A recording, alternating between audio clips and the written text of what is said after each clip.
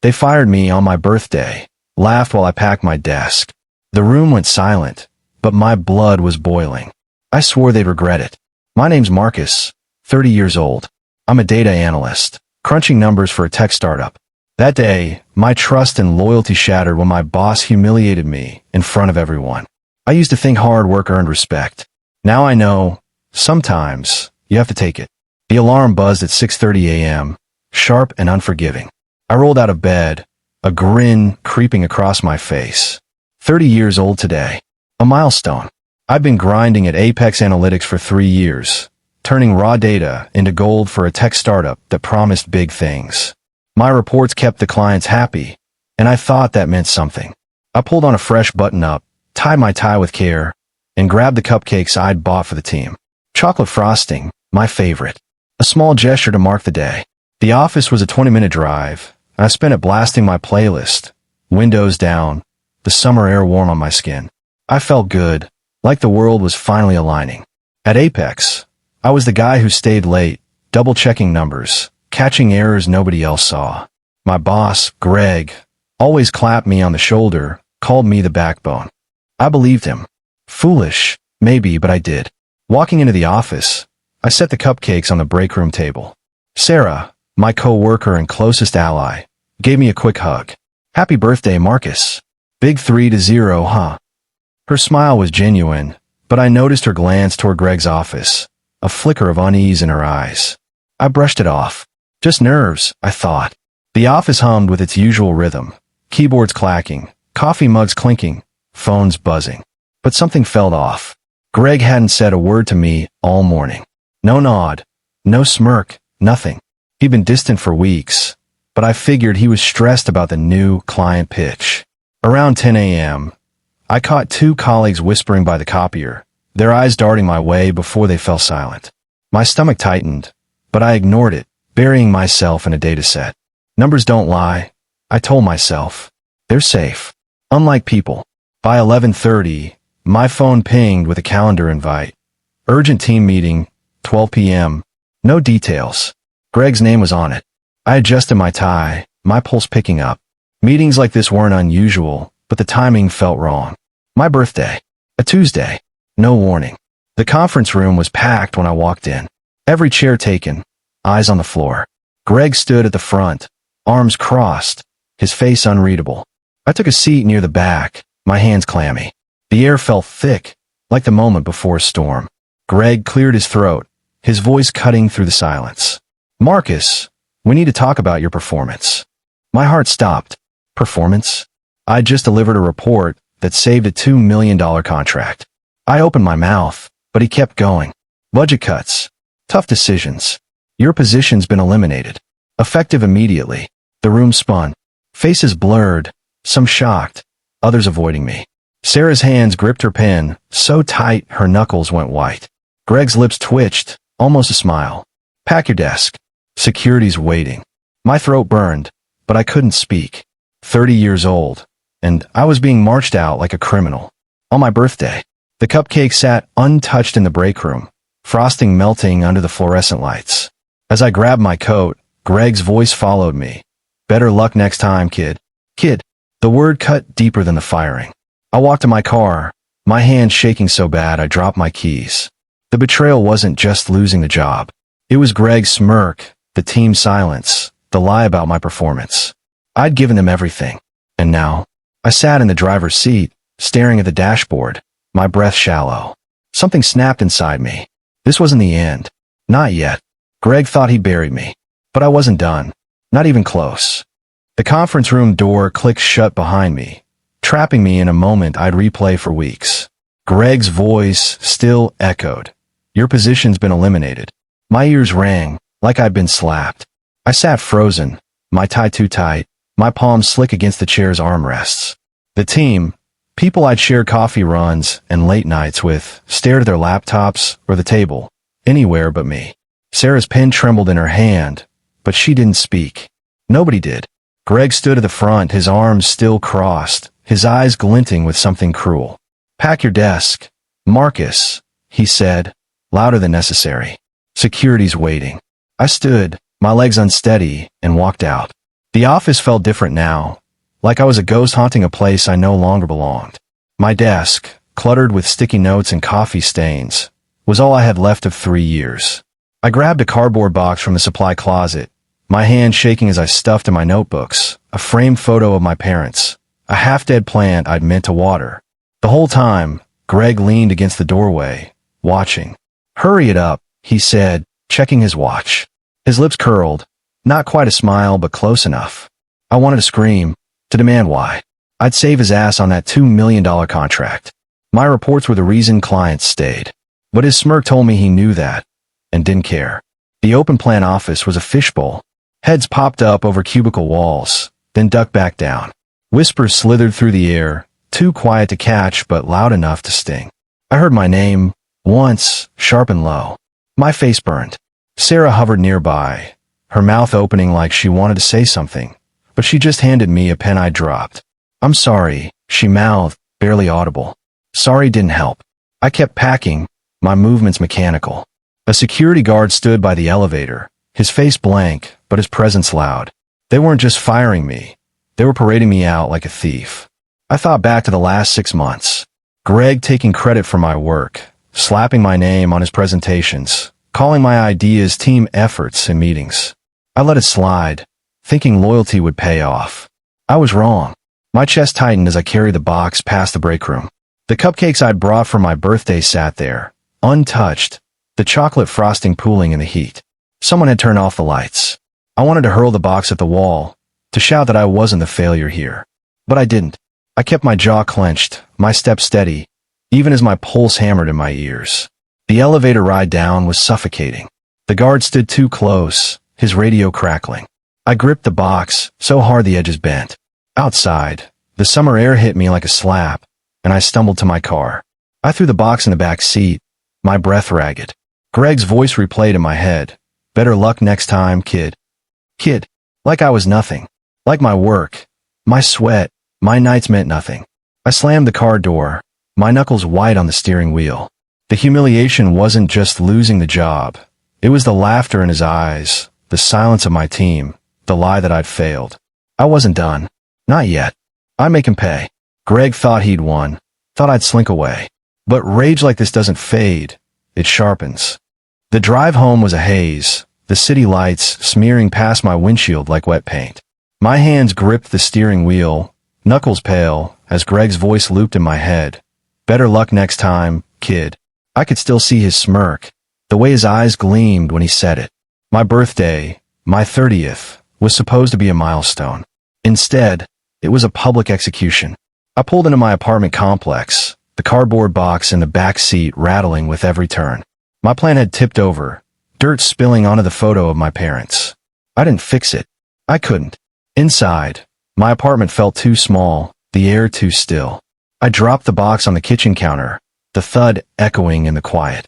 The fridge hummed, the clock ticked, but all I heard was the silence of the office. Nobody speaking up, nobody defending me. I'd given Apex Analytics everything.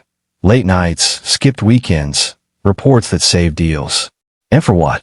To be paraded out like garbage while Greg took a victory lap. I sank onto the couch, my tie still knotted, my shirt sticking to my skin with sweat. My phone buzzed, birthday texts from friends, oblivious to the wreck my life had become. I ignored them. I kept replaying the last 6 months. Greg's team effort, lies in meetings, passing off my data models as his own. The time he took my client presentation, claiming he'd polished it, when all he did was change the font. I'd stayed quiet, thinking it was just office politics, that my work would speak for itself. Stupid. My chest burned, not just with anger but with shame. I'd let him walk over me. I'd let everyone watch. I poured a glass of whiskey, the burn in my throat matching the one in my gut.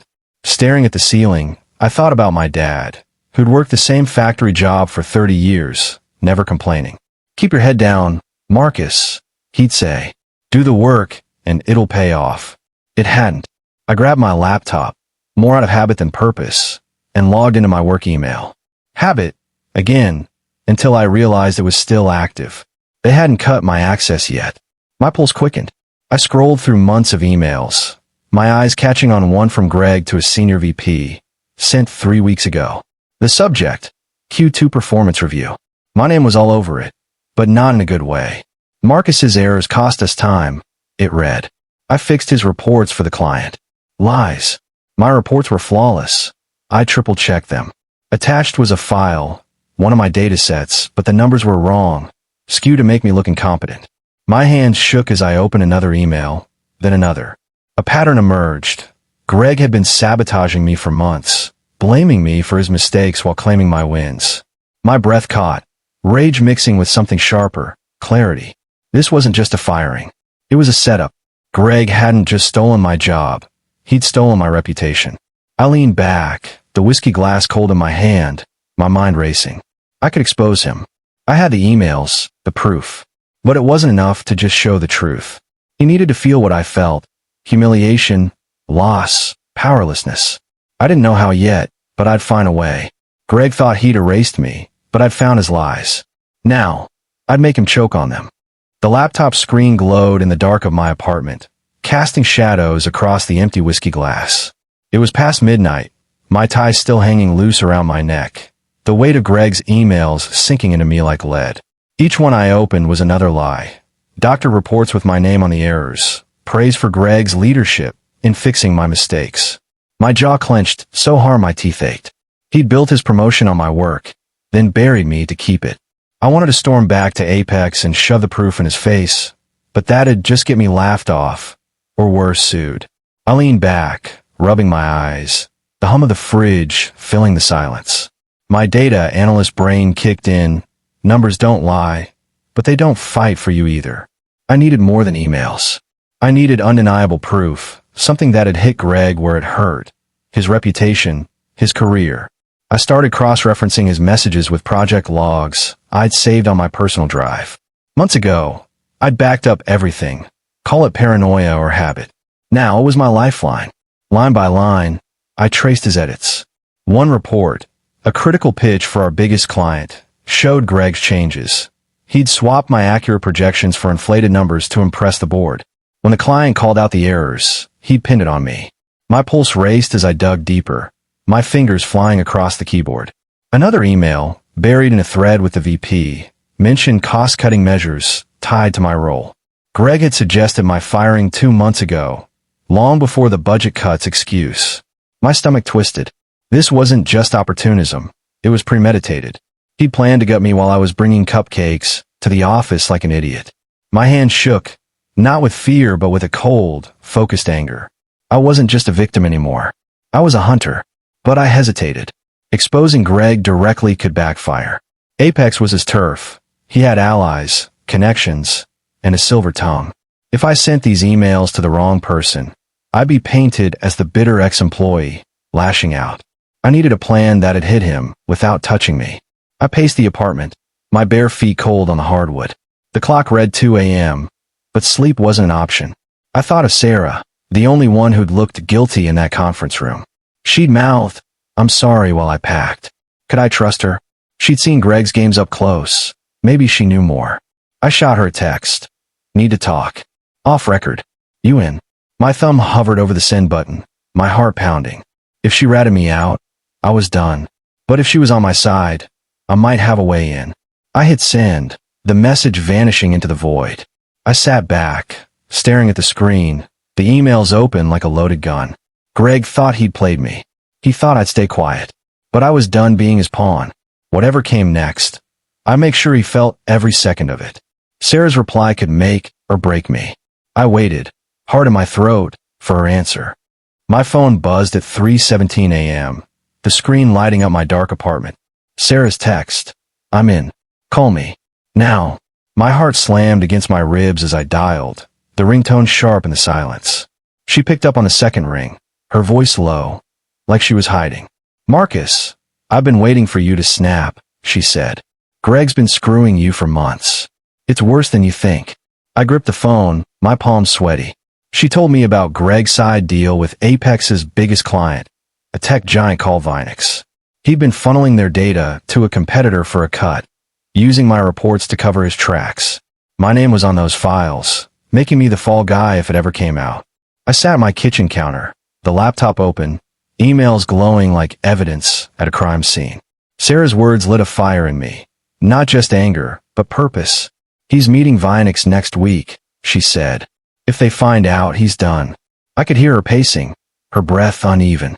She was scared, but she hated Greg almost as much as I did. He'd sideline her too, dismissing her ideas while stealing mine. We were both pawns in his game, but not anymore. We planned in whispers, piecing together a trap. I'd compile the evidence, emails, alter reports, project logs showing Greg's data swaps. Sarah would get me access to Apex's internal server logs, proof of Greg's unauthorized transfers to the competitor. The key was anonymity.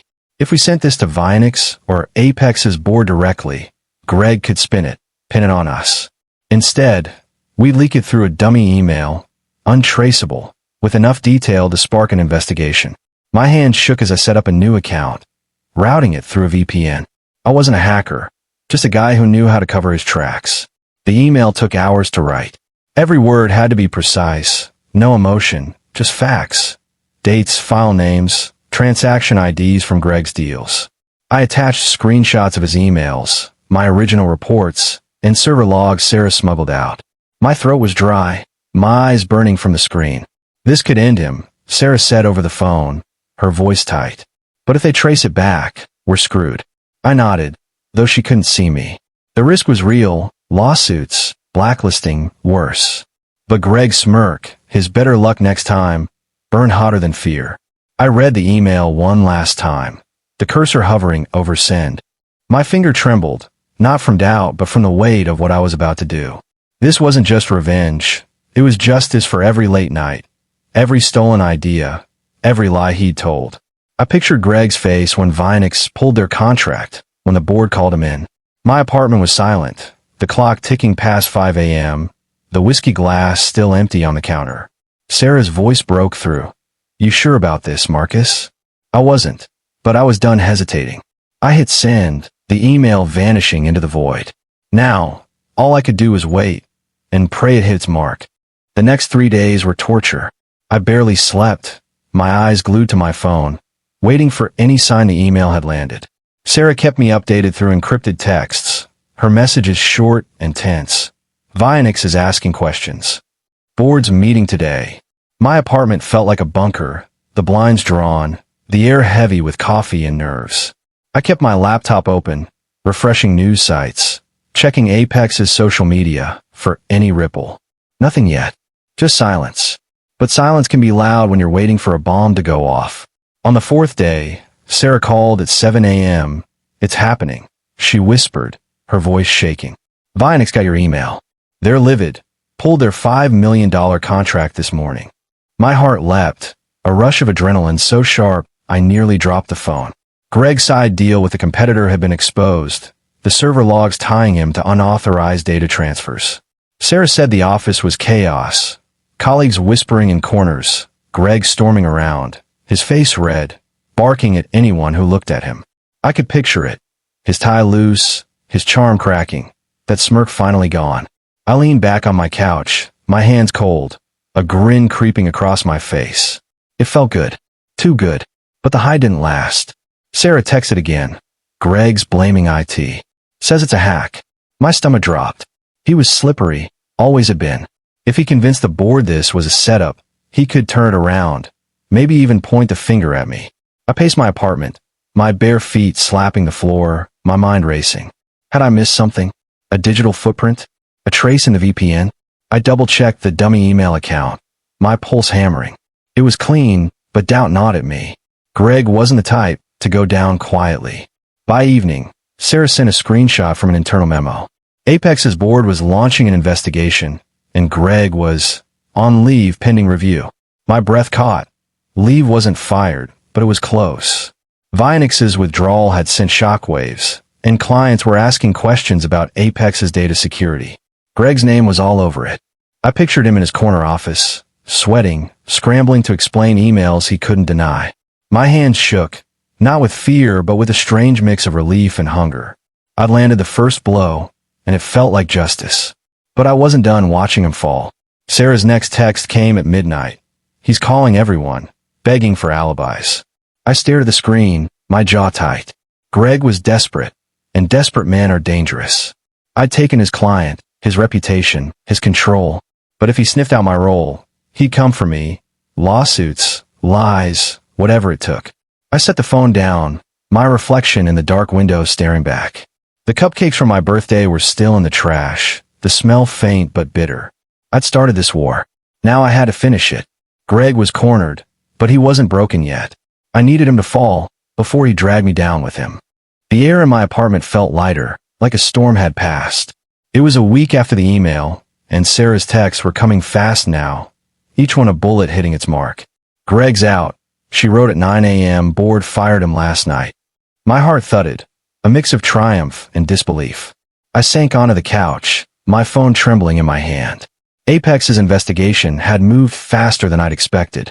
The server logs, the emails, the doctor reports, they'd unraveled Greg's lies like thread. Vinex's contract pull was the final straw. The board couldn't ignore a $5 million loss tied to his name. I pictured him packing his own desk. No smirk, no audience, just the same security guard who'd escorted me out. Sarah called an hour later, her voice steady but electric. They found everything. Marcus, your reports, the originals, they proved you were right. She'd spoken up in a board meeting, showing them my untouched datasets, the ones Greg had twisted to frame me. Colleagues who'd stayed silent before were now talking, admitting they'd seen Greg take credit for my work. The office was a hornet's nest, buzzing with shock and whispers. They're calling you the whistleblower, Sarah said. Not by name, but they know. My throat tightened. Whistleblower. It sounded heroic, but it felt raw, like a wound still healing. I stared at the cardboard box on my counter, the one I'd carried out on my birthday. The spilled dirt from my plant had dried, staining the photo of my parents. I brushed it off, my fingers slow, deliberate. I wasn't the guy anymore, the one who trusted blindly, who thought silence was strength. Greg's downfall was proof I'd fought back, but the victory wasn't clean. I kept seeing his smirk, hearing better luck next time, kid. The rage hadn't faded. It had just changed shape. That afternoon, my phone rang again. Not Sarah, a number I didn't know. Marcus, this is Claire from Nextlify, a crisp voice said. A rival tech firm, one I'd pitched to last year. We heard about Apex. Your work on the Vinex deal was impressive. We'd like you to come in. Senior analyst role. Interested? My breath caught. The offer was better than my old job. Higher pay. More responsibility. I managed a, yes, absolutely, my voice steadier than I felt. I hung up, my hands clammy, a grin breaking through. Greg was jobless, disgraced, while I was climbing. It felt like justice, sharp and cold. Sarah texted one last time that night. Greg's LinkedIn's down. He's radioactive. I laughed, a short, bitter sound. His career was in ashes, his network gone. Nobody in tech would touch him now, not with Vinex spreading the word.